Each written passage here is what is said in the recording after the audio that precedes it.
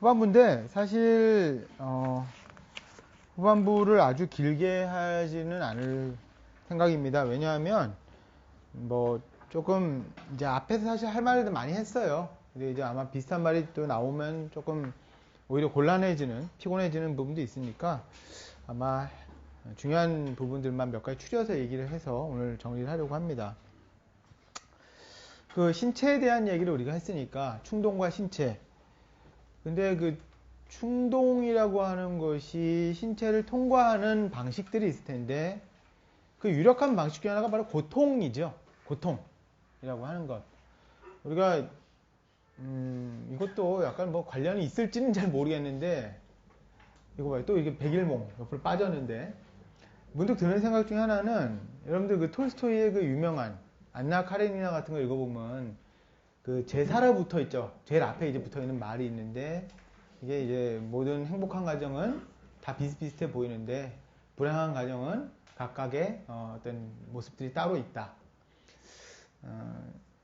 다른 얘기를 하려는 건 아니고 우리가 좋은 거, 기쁜 거, 유쾌한 거 이런 것들은 이유를 물을 필요가 없잖아요, 사실은. 그냥 뭐 좋은 거죠. 근데 항상 슬픔이라든가 고통에 대해서는 우리가 그 원인에 대해서 자꾸 캐묻게 됩니다. 뭔가 고통이 사실 그러하죠. 그래서 우리가 어떤 고통받는다라고 하는 고통이라고 하는 것은 참 몸을 가진 신체를 가진 존재자로서 우리가 극구 피하고 싶지만 그럼에도 불구하고 고통이야말로 우리의 실존이 진짜 현존하고 있음을 우리의 몸이 우리의 정신이 실존하고 있음을 깨닫게 되는 굉장히 중요한 계기가 되는데 그 티하기도 하죠. 그 니체는 이제 고통에 대해서 굉장히 좀 민감한 이야기들을 많이 남겼죠. 어떤 것이냐면 바로 이 고통이라고 하는 우리가 이제 삶을 표상할 때 우리 삶에 대해서 생각을 할 때 고통을 예외로 삼고 고통 없는 평안, 행복 이런 것들을 이제 일상으로 삼고 싶어 하잖아요. 그리고 항상 그렇게 이제 기억을 하려고 하죠. 안 좋았던 것들, 타인과 맺어지는 그 불쾌한 감각들, 내가 받았던 어떤 정신적인, 신체적인 어떤 불쾌감들 이런 것들은 좀 싹 걷어내고 어떤 좋은 것만 이렇게 생각을 하죠. 그러니까 우리가 자기 삶을 회고하거나 이럴 때 기억하고 싶은 것들에 대해서만 우리가 포커스를 맞추고 기억하고 싶지 않은 것들, 고통스러운 것들에 대해서는 이제 스스로 눈 감는 경우들이 꽤 있는데 실제로 이제 삶이라고 하는 것은 고통이야말로 더 큰 바닥을 차지하고 고통 아닌 부분들, 평온하다든가 기쁨이 넘친다든가 그런 부분들은 아주 적은. 근데 여기서 약간 조심해야 될 게 우리가 특히나 여러분들이 이제 그 인문학 강의를 이제 들으시면서 이런 탈근대적인 어떤 사상들을 접할 때마다 항상 키가 되는 게 있어요. 그게 뭐냐면 우리가 이제 여러분들이 중고등학교 때 심지어 대학에서 전공했던 어떤 인문학적인 것들은 지극히 근대적인 자장 안에 있는 것이다 라고 일단 생각을 해두시는 게 편해요. 근대적이다 라고 이야기하는 것은 적어도 100년 전에 게임이 끝났다라는 정도로 생각하셔도 돼요. 즉 우리가 철학에 있어서 역사에 있어서 문화에 있어서 이것이 가치 있고 이것이 가치 없다라고 배우는 것들은 최소한 100년 전에 그렇게 평가가 난 것들이에요. 놀라운 얘기죠. 여기 100살 사신 분이 없잖아요, 우리가. 근데도 불구하고 100년 전에 이미 논란이 끝난 것들을 우리는 공부하고 있고 그리고 그 100년의 기간 동안 뭐 100년이라고 이게 딱 잡아서 말할 수는 없지만 어쨌든 그 정도의 기간을 넘어서는 20세기를 넘어서는 그 과정 속에서 수많은 다양한 가치평가와 가치 전복, 새로운 의미부여 이런 것들이 이루어졌고 그 여파를 우리는 또 동시에 맞닥뜨리고 있고 현재 우리가 인문학에다 우리가 인문학적인 어떤 성찰이 돋보이는 새로운 사유의 어떤 실마리가 엿보이는 이런 것들을 할 때는 바로 그 100년 훌쩍 건너뛰어가지고 여기에 다다른 것들이에요. 그래서 이야기하고 싶은 얘기는 우리가 보통 인문학이라고 부르는데 지금의 우리의 인문학이라고 하는 것은 이 인자가 빠지는 거예요. 사실은. 사람을 부정하는 문학. 이라고 하면 좀 너무 과한가 싶은데 적어도 이론적으로는 반인간주의, 비인간주의적인 측면들이 굉장히 강합니다. 이론적 반인과주의라는 말은 제가 쓴 말이 아니라 실제로 이제 알투세르라든가 이런 사람들이 이 사유의 지평을 넓히기 위해서 동원했던 얘기죠. 그리고 우리가 이제 많이 참조하고 있는 들레즈라든가 데리다라든가 이런 사람들 다 적어도 비인간주의적 지평에 설 것을 요구하고 있습니다. 막 그런 의미에서 우리가 아까 봤던 니체와 클로스톱스키에게 있어서 충동과 신체도 역시 이 비인간주의적 지평을 염두에 두지 않으면 잘 이해가 안 가요. 고통도 마찬가지라는 거예요. 고통도 홍길동이라든가 김똘똘이라든가 이런 특정한 개인의 신체적인 아픔 같은 것들을 우리가 생각을 했을 때 그 아픔을 우리가 어떻게 대신할 수가 있을 것이며 그거를 뭐 별거 아니야, 뭐 극복할 거야 이렇게 얘기할 수 있겠어요. 사실 그 불가능한 얘기죠. 당장 내가 치통이 와도 치통이 오면 내 실존의 극한까지 간다. 이것도 역시 도스토옙스키가 남긴 말이에요. 내가 나를 증명하는 방법은 치통밖에 없다는 거예요. 내가 아니라 내 의식이 아니라 치통이 나를 증명한다. 근데 사실 니체도 비슷한 말을 했거든요. 니체도 이 고통이야말로 나의 실존을 증명하는데 단 나의 실존이라는 게 포인트예요. 뭔 소리요? 바로 나의 실존을 증명하는 게 고통이지 때문에 나라고 하는 수많은 이 세계의 존재자들이 있음에도 불구하고 그러니까 나의 이 아주 제한되어 있고 한정되어 있는 나의 실존만을 보여준다는 것이죠. 다른 말로 한다면 바로 뭐 힘이라고 해도 좋고 혹은 이 세계의 어떤 뭐 운동이라고 해도 좋고 충동과 같은 것들이 다양한 방식으로 교차하고 분기하는 그 결절 지점에 있는 나의 실존을 고통이 증명할 뿐 실상 고통 자체는 바로 이 자연계의 모든 힘의 운동들 혹은 이제 뭐 아까 얘기했던 그 좀 더 넓은 의미에서의 형이상학적인 의미에서 힘의 실존을 보여주는 현상이지 그게 나한테만 나한테만 고통인 것이지 실제로 힘의 작용인 것이죠. 왜냐하면 뭐 암세포든 아니면 어떤 다른 어떤 질병이든 뭐든 간에 그런 것들은 이 힘의 의지가 조율하고 관통하고 또 다른 의미에서 해체와 분열 그리고 결합과 그것을 반복하는 과정 중의 운동인 거잖아요. 사실. 그런 의미에서 본다면 고통은 그 힘이 관류하고 있고 작동하고 있음을 보여주는 표지일 뿐 그래서 내게는 굉장히 험악한 어떤 그런 현상이겠지만 그럼에도 불구하고 바로 힘의 의지 혹은 클로스톱스키에 있어서는 충동이 실제하고 그리고 작용하고 있음을 보여주는 하나의 지표가 될 것이다 라고 이제 이야기할 수 있겠습니다. 그래서 5페이지에 여러분들 맨 밑에 보면 이제 그 인용문이 있죠. 신체에 귀를 기울일수록 니체는 신체가 지탱하는 인격을 더욱더 불신한다. 자신이 지니고 있음을 알고 동시에 자랑스럽게 여기는 신경조직, 이 신경조직에 대한 사랑으로 니체는 인격을 파괴할 것이다. 신경조직의 반응을 많이 연구한 덕에 니체는 자기 자신을 지금까지 알려진 자신과는 다른 사람으로 사람들이 결코 알아보지 못할 그런 사람으로 고안한다. 그는 그렇게 오직 신체적 기준에만 복종하는 하나의 지성을 단련한다. 니체는 고통을 단지 에너지로만 해석하지 않고 그것 자체를 바란다. 신체적 고통은 오로지 그것이 즐거움과 밀접하게 연결되고 기쁨이 넘치는 명석함을 발생시키는 한에서만 견딜만하다. 고통은 모든 사유에 불을 끄거나 혹은 사유의 창란에 도달한다. 맨 마지막 문장에 주목을 해주세요. 고통은 사유의 불꽃을 끄거나 또는 사유의 창란에 도달하는 것.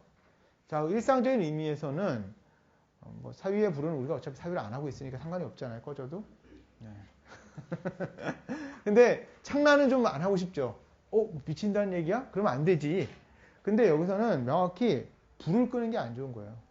즉 뭐냐면 사유하지 않는다라고 하는 것. 즉 우리에게 어떤 내적인 충동도 발생하지 않는 상태. 잠잠한 사르가소바사와 같은 그런 상태. 그것은 좋을 게 없죠. 왜냐하면 그 사유라고 하는 것은 정신의 일만이 아니고 우리가 앞에서 본 것처럼 신체와 연동되는 우리의 존재의 작용 자체인데 사유가 불이 꺼졌다는 것은 우리 신체가 비록 살아 숨쉬고 있어도 이미 죽은 것이요. 실제로 우리에게 다른 방식으로 살 수 있는 방도나 방식이 더 더 이상 남아있지 않다는 것을 말하는 것이죠. 반면에 창란에 도달한다고 하는 것. 아까 충동에 대해서 이야기를 하면서 정상적인 상태 혹은 사회적으로 안정된, 규율화된 상태. 즉 아침에 7시에 일어나서 서둘러서 잠을 깨서 아침밥 한 술이라도 얻어먹고 8시에 나와서 1시간 동안 지옥철을 타고 무사히 회사 문턱까지 도달하는 것. 그것을 정상이고 올바른 것이라고 생각하는 우리가 어느 날 창란에 빠져서 바로 그 지옥철로 가는 그 수많은 사람들이 두 겹, 세 겹, 다섯 겹까지 늘어서 있는 그 수를 벗어나서 교회로 빠져나가는 텅텅 비어있는 열차에 몸을 실었을 때 저 인간이 드디어 미쳤구나 라고 사람들이 부르는 그 상태, 우리에게 주어진 사회적 의무와 우리에게 주어져 있는 사회적 규율을 부정하거나 모른 척하고 그것으로부터 빠져나가는 창란의 상태.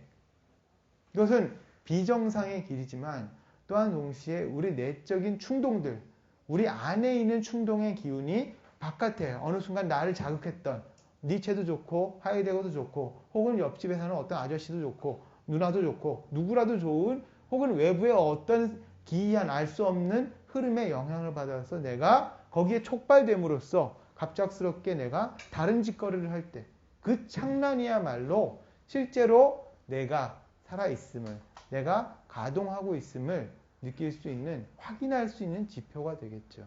그것은 고통이기도 합니다. 왜냐하면 나에게는 처벌이 주어질 것이기 때문에. 하지만 동시에 그 처벌은 내가 바로 또 다른 혼돈이나 창란, 그렇게 해서 자기 파멸로 이르는 것이 아니라 또 다른 상태로 이행해 갈 수 있는 어떤 힘의 균형을 노정하는 것이기도 하겠죠. 6페이지를 보시면 명문이 있어요. 여기. 물론 고통을 원하는 사람은 아무도 없다. 내가 쓴 거네. 하지만 어떤 각오의 노고 끝에 귀중한 사유의 결론에 다다랐을 때 느끼는 쾌감이나 평온과 깨지는 듯한 아픔을 참아내며 집어삼킨 알약으로 인해서 잦아든 두통 이후의 무감각이 같은 종류의 감각이겠는가. 피상적으로 그렇죠. 고통 없음이라는 의미에서. 그러나 경랑이 잦아든 바다가 해수의 운동이 무가 아닌 것처럼 그리하여 어떤 방향으로든 뱃머리를 돌릴 수 있는 잠재성이 남겨져 있듯이 신체적 충동들의 쟁투 끝에 찾아든 평온함, 그 평정의 아타락시아는 또 다른 사유의 진로를 열어젖힌다. 반면 약물로 다스려진 무감각이란 신체를 망가뜨리고 제2, 제3의 운동을 이끌어낼 원동력을 소진해버린 결과다. 그러니 절대적 평정이란 있을 수 없다. 이어지는 갈등과 분투, 파열과 폭발의 잠재력을 함정으로 파두지 않은 평온은 사유의 죽음만큼이나 그 원천으로서 신체의 죽음을 예비한다. 아까도 그 말씀드렸는데 20세기 초반에 이른바 초현실주의 운동에 가담했던 많은 예술가들, 시인, 소설가, 미술가, 음악가도 있고 철학자도 있어요. 베냐민도 그 중에 하나라고 했죠. 그 사람들이 물론 정신없이 약에 빠져든 경우도 꽤 있어요. 왜냐하면 약이라는 인위적 수단을 통해서 우리는 바로 초현실의 경험을 잠시나마 체험을 하니까 아마도 약의 경험이 그렇다고 하죠. 지금도 약을 해보신 많은 분들이 있겠지만 저는 안 해봐서 잘 모르겠고요. 어쨌든 근데 왜 계속 안 했는가? 왜냐하면 신체를 파괴하기 때문에. 결국에서 가서는 수많은 충동들이 발생해야 되는 무대로서 그 플랫폼으로서 신체가 파괴되었을 때 더 이상 신체 속에서 새롭게 파생되는 충동들을 경험할 수 없게 되잖아요. 그 플랫폼을 파괴하는 건 어리석은 짓이죠. 그런 의미에서 베냐민도 그랬고 많은 그 초현실주의 운동을 했던 사람들이 약물을 하다가 말아요. 스스로. 물론 못 빠져오는 사람도 꽤 많이 있었고 그런 것들이 바로 지금 이야기했던 이 신체를 망가뜨린 무감각과는 다른 방식의 아타락시아, 다른 방식의 평온함을 이 사람들은 추구했고 그 평온함이라고 하는 것은 마치 바다가 평온한 듯 보여도 거기는 끊임없이 물결이 유동하고 움직이고 있는 것. 하지만 우리의 눈에는 평정하게 움직이지 않는 것처럼 보이는 것. 그 상태를 이루고 있기 때문인 것이죠. 들레즈람은 감히 강도 0이라고 하는 방식으로 강도, 인텐시티죠. 강도 0이라고 하는 것은 이제 정지 상태가 아니라 정체에 있는 것, 죽어있는 상태가 아니라 바로 어느 방향으로든지 갈 수 있기 때문에 힘의 평형이 이루어져 있는, 그래서 가시적으로는 움직이지 않는 것처럼 보여도 잠재적으로는 언제든지 어떤 방식의 촉발이 주어진다면 그 방향으로 뻗어나갈 수 있는 다양한 어떤 그 힘의 가능성을 내재하고 있는 상태를 우리가 이제 강도 0이라고 부르죠. 바로 그러한 평정이 있는 것이죠. 충동들의 집합, 충동들의 교합점으로서의 신체, 여러분들 신체도 마찬가지예요. 란 어떤 의미에서 보면 이 강도 0의 아슬아슬한 균형이 계속해서 진동하는 가운데 생의 주기 속에서 유지되는 것이라고 말할 수 있습니다. 죽음이란 어떤 것일까요? 우리 아까 얘기했지만 칼끝이 내 코를 스쳐 지나간다 하더라도 실제로 내 코를 자르지 않는 이상은 0.00001mm를 두고 비껴나간다 하더라도 나는 고통을 느끼지 않는다고 그랬잖아요. 내 신체는 피부 안에 구속되어 있고 그 피부는 이 신체 안에 있는 수많은 피, 그리고 뭐 여러 가지 림프액이라든가 뼈와 근육과 세포와 다양한 것들을 담아낸 채 마치 비닐봉지 안에 물을 가득 채워도 비닐봉지의 장력이 버텨주느라 터지지 않는 것처럼 바로 신체 피막이 나의 정체성을 버텨주는 것이라고 말할 수 있습니다.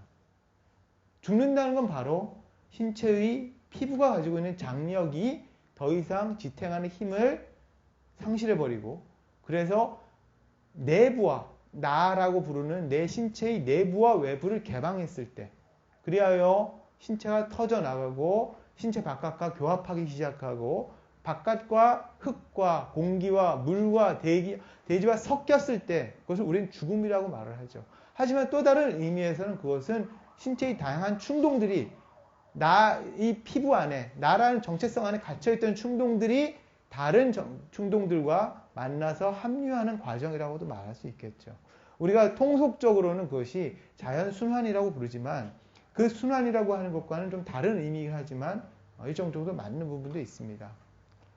오해의 여지를 피하기 위해서 왜 그럼 다르냐고 말을 했냐면, 우리가 순환이라고 했을 때는 거기에는 좀 좋은 것만 보잖아요. 우리가 죽어서 거름이 되고 거름이 다시 꽃이 피고 이런 것들.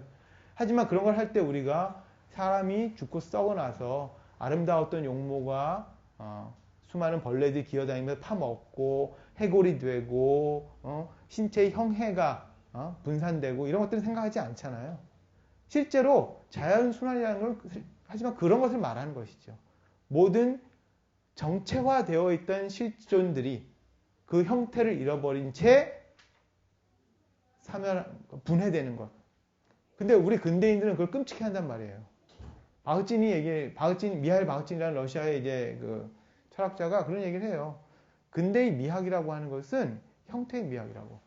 우리는 어떤 형태를 정상적이라고 부른다는 거예요.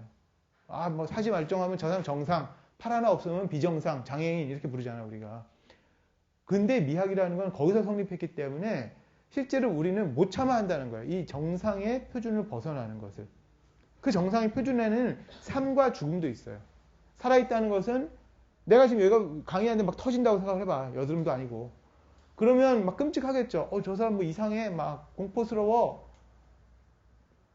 그런 게 이제 우리가 끔찍해 하는 것들인데, 실제로 자연순환, 자연과 인간이 구별이 없다라고 하는 것은 그런 이른바 끔찍함의 상황들, 충동의 무분별한 뒤섞임 같은 것들, 이런 것들을 우리가 감내할 수 있어야 되는 것이겠죠.